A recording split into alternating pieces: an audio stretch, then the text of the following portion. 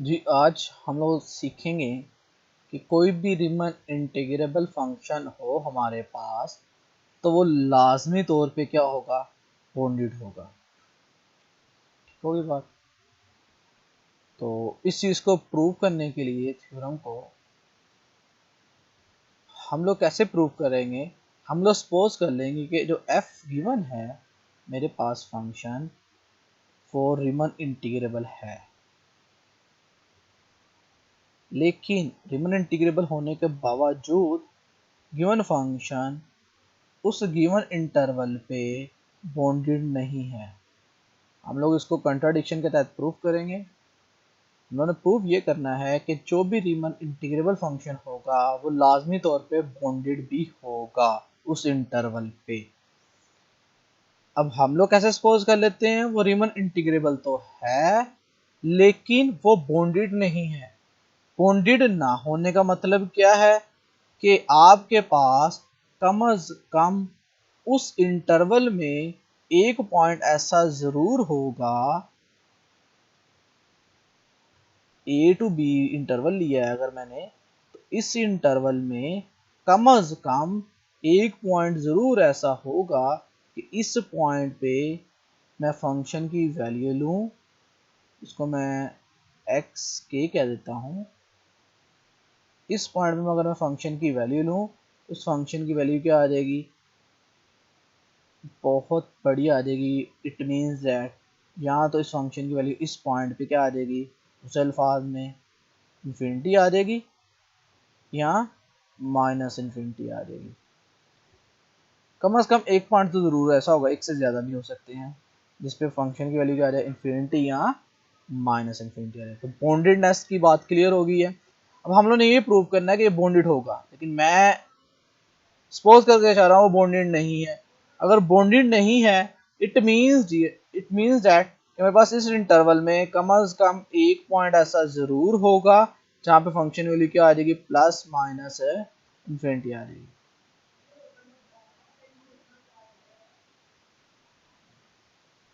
इसका मतलब हम लोग बाय कंट्राडिक्शन प्रूव कर रहे हैं। हम लोग ने कहा एफ बॉन्डेड नहीं होगा, एफ अनबॉन्डेड होगा।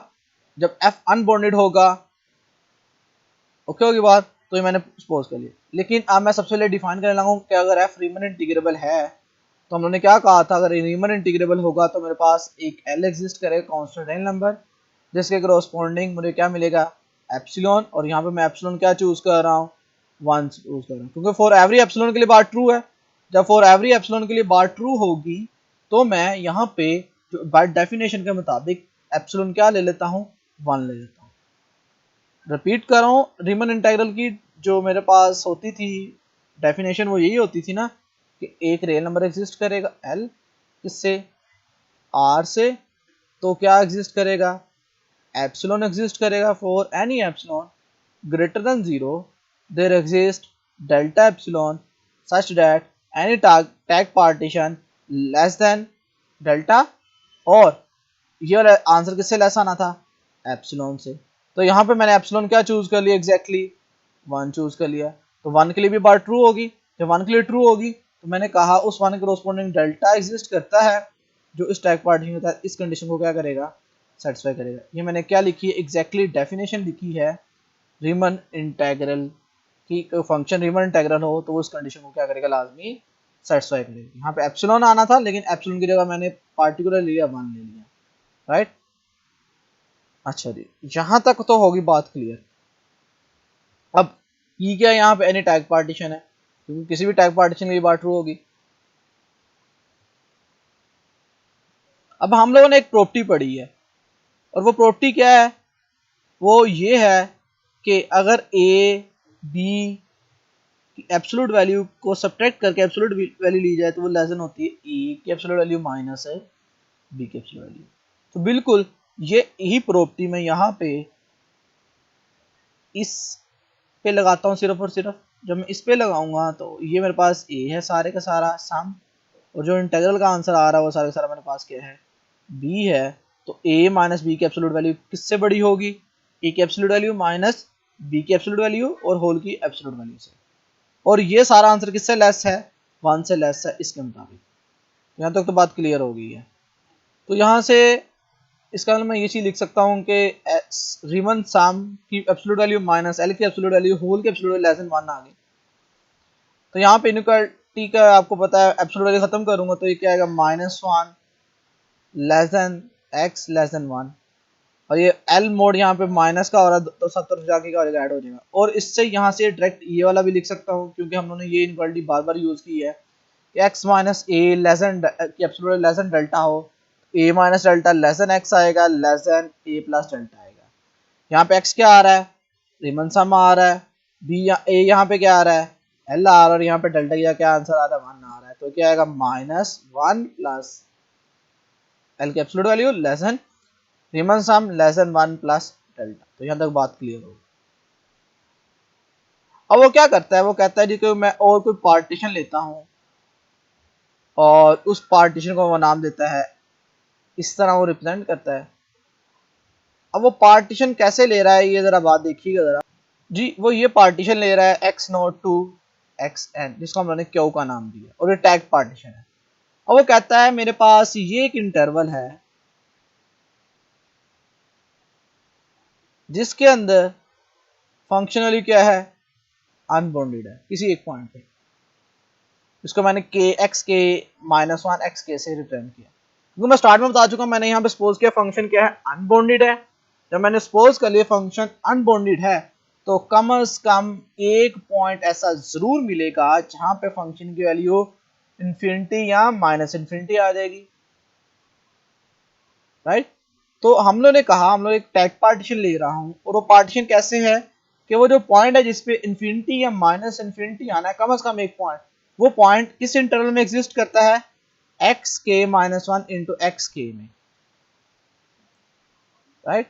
और हमने जो यहाँ पे क्यू पार्टीशन ली है और वो टैग पार्टीशन है उसमें जो इस इंटरवल में पॉइंट टैग करूंगा वो एग्जैक्टली वही पॉइंट टैग करूंगा जहां पे फंक्शन की वैल्यू क्या है, इन्फिनिटी या माइनस इन्फिनिटी आ रही है, मतलब फंक्शन वैल्यू क्या आ रही है, अनबाउंडेड आ रही है। तो देखिएगा जरा, ये देखिएगा जो अभी मैंने एक्सप्लेन किया सारा सारा वही लिखा हुआ है। मैंने कहा एफ की एब्सोल्यूट वैल्यू क्या है, नॉट बाउंडेड है इन द इंटरवल। जब नॉट बाउंडेड है इसका मतलब क्या होगा कि यहाँ पे जो मैंने क्यू की पार्टीशन लिखी है उसके दरमियान कम से कम एक पॉइंट ऐसा जरूर होगा इस इंटरवल में, मैंने कहा वो पॉइंट है जहाँ फंक्शन की वैल्यू क्या आ रही है, अनबाउंडेड आ रही है। क्योंकि मैं ऑलरेडी एक्सप्लेन कर चुका हूँ कि अगर कोई फंक्शन अनबाउंडेड है तो इट मीन दैट उस इंटरवल में कम से कम एक पॉइंट होगा जिसपे फंक्शन वैल्यू एग्जिस्ट नहीं करेगी और वो एग्जैक्टली पॉइंट कहाँ से होगा, वो इस इंटरवल से हम लोगों ने लिया जिस जो कि हम लोगों ने क्यू पार्टीशन लिखी है।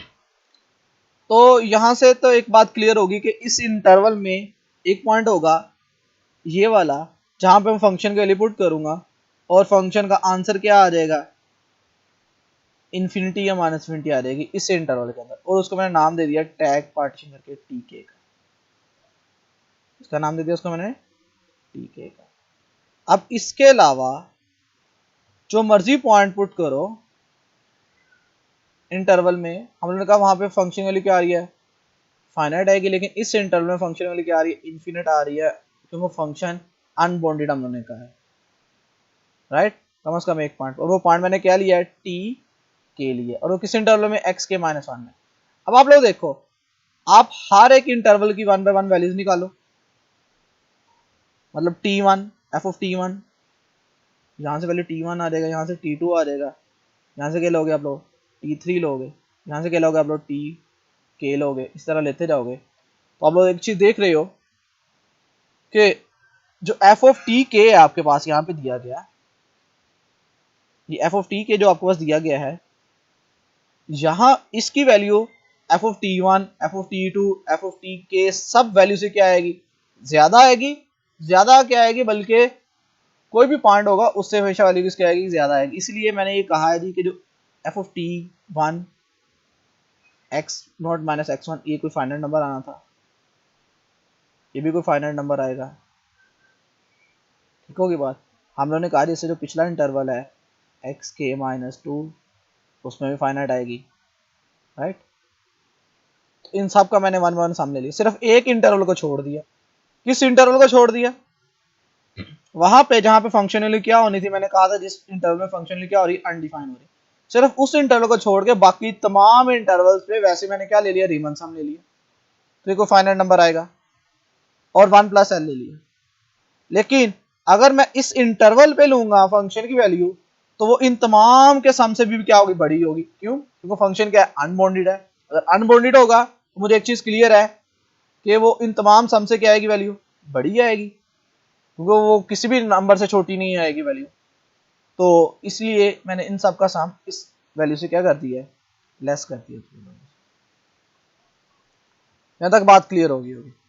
एब्सोल्यूट वैल्यू से लेस क्यों किया? क्योंकि अगर ये नेगेटिव होगा तो सबसे छोटी होनी थी, पॉजिटिव में तो सबसे बड़ी होनी थी, इसलिए ये सबसे बड़ी होगी, राइट। अब इस सब को मैं अगर सम की फॉर्म में लिखूं तो ये सारे का सारे रीमन सम ही है, लेकिन इसमें सिर्फ एक इंटरवल का सम हम लोगों ने नहीं लिखा, बाकी उसके अलावा बाकी तमाम इंटरवल्स पे वैसे ही रीमन सम अप्लाई करवाया। तो उसको मैंने लिख दिया यहाँ पे summation I varies 1 to n, लेकिन आई क्या नहीं होगा, कभी के नहीं होगा, उसके अलावा बाकी ये तमाम का सम आ गया, और 1 प्लस एल वैसे का वैसे ही लेस देन होगा इसकी एब्सोल्यूट वैल्यू से। अब ये सारा यहाँ पे क्या हो रहा है, प्लस हो रहा है, उधर जाके ये सारे का सारा वैल्यू क्या हो जाएगी, माइनस हो जाएगी, राइट। यहाँ पे सारी सारी वैल्यू क्या हो रही है, प्लस हो रही है, वहां पे सारी सारी वैल्यू जाके क्या हो जाएगी, माइनस हो जाएगी। और किस तरह माइनस होगी जरा देखिएगा, तो वो माइनस वाला यहाँ प्लस वाला जाके यहाँ पे माइनस में हो गया। अब आपने एक प्रॉपर्टी पढ़ी होगी कि ए की एब्सोल्यूट वैल्यू माइनस बी की एब्सोल्यूट वैल्यू लेस देन होती है ए प्लस बी की एब्सोल्यूट वैल्यू से। तो बिल्कुल यही प्रॉपर्टी यहाँ पे लगा रहा हूँ, तो ये समझ लें मेरे पास सारा का सारा ए है, ये सारा का सारा यहाँ पे मेरे पास क्या है, बी है, तो ये लेसन आ जाएगा ए प्लस बी से। अब आपने देखा था यहाँ पे सारा i to n था, लेकिन यहाँ पे सिर्फ एक ही इंटरवल था मिसिंग, जहाँ पे सामने ही ले रहे थे वो i is equal to k था, तो वो i is equal to k यहाँ पे आ गया। जब ऐड हो जाएगा तो टोटली सारे का सारा सम आ जाएगा कि नहीं आ जाएगा, कहाँ से आएगा, 1 से n तक जितने भी सारे का सम आ गया है एग्जैक्टली। जो पॉइंट मिसिंग था वो यहाँ पे मैंने लिख दिया। और यहाँ पे जो टैग पार्टीशन यूज कर रहा हूँ उसको किसका नाम दिया था, क्यू का, और ये रीमन सम आ गया सारे का सारा f का अंडर टैग पार्टीशन क्यू, और एक ग्रेटर आ गया 1 प्लस एल की एब्सोल्यूट वैल्यू से। लेकिन आप लोग देख सकते हो कि मैं पीछे इसको प्रूव करके आया हूं कि क्या अगर कोई भी टैग पार्टीशन होगी तो जो इसका रीमन सम होगा वो यहां पे मैं प्रूव कर चुका हूं, वो लेस देन होगा 1 प्लस एल से, राइट। तो यहां पे तो मेरे पास सारा काम क्या हो गया, अपोजिट आ गया, जो आप लोग देख रहे हो यहाँ पे देखो जरा। तो रीमन सम तो 1 प्लस एल से क्या ग्रेटर आ गया, इसका मतलब ये क्या हो गया, कंट्रडिक्शन हो गया, क्योंकि मैंने तो प्रूव किया था कोई भी रीमन सम होगा वो लेस देन आएगा 1 प्लस एल से, एल की एब्सोल्यूट वैल्यू से, फिर तो ग्रेटर आ गया, इसका मतलब कंट्रडिक्शन हो गया। कंट्रडिक्शन कहां पे हुआ, इसका मतलब जो मैंने फंक्शन पोज किया था वो अनबॉन्डेड था, वो अनबॉन्डेड नहीं होगा, वो लाजमी तौर पे क्या होगा, बॉन्डेड ही होगा। और आप लोगों को एक और चीज क्लियर कर दूं कि अब आप लोगों को समझ आएगी कि यहां पे मैंने 1 प्लस साथ में एल क्यों ऐड किया था, ताकि मैं उस इनइक्वालिटी से कंट्रडिक्शन बना सकूं, इसलिए मैंने यहां पे 1 प्लस एल ऐड किया। तक सबको बात क्लियर होगी। अच्छा, यहाँ पे एक दो और इंपॉर्टेंट बातें हैं जो कि मैं आप लोगों को क्लियर कर देता हूँ। यहाँ पे मैंने एप्सिलॉन 1 लिया है, कि एप्सिलॉन 1 लेना ही जरूरी है हमेशा, नहीं, आप लोग एप्सिलॉन कुछ भी सपोज कर सकते हो। फॉर एग्जांपल मैं यहाँ पे एप्सिलॉन की जगह क्या सपोज कर लेता हूँ, 1 की बजाय 2 सपोज कर लेता हूँ, यहाँ पे ऑटोमेटिकली क्या आना था, 2 आ जाना था। तो हर जगह क्या यूज होते जाना है, 2। ये आप लोगों पे डिपेंड करता है, मैंने को किसी भी एप्सिलॉन के लिए वैल्यू के लिए ट्रू प्रूव करना है ना, तो मैंने 1 की बजाय क्या ले लिया, यहाँ पे भी 2 ले लिया, यहाँ पे भी 2 ले लिया। बात समझ आ रही है?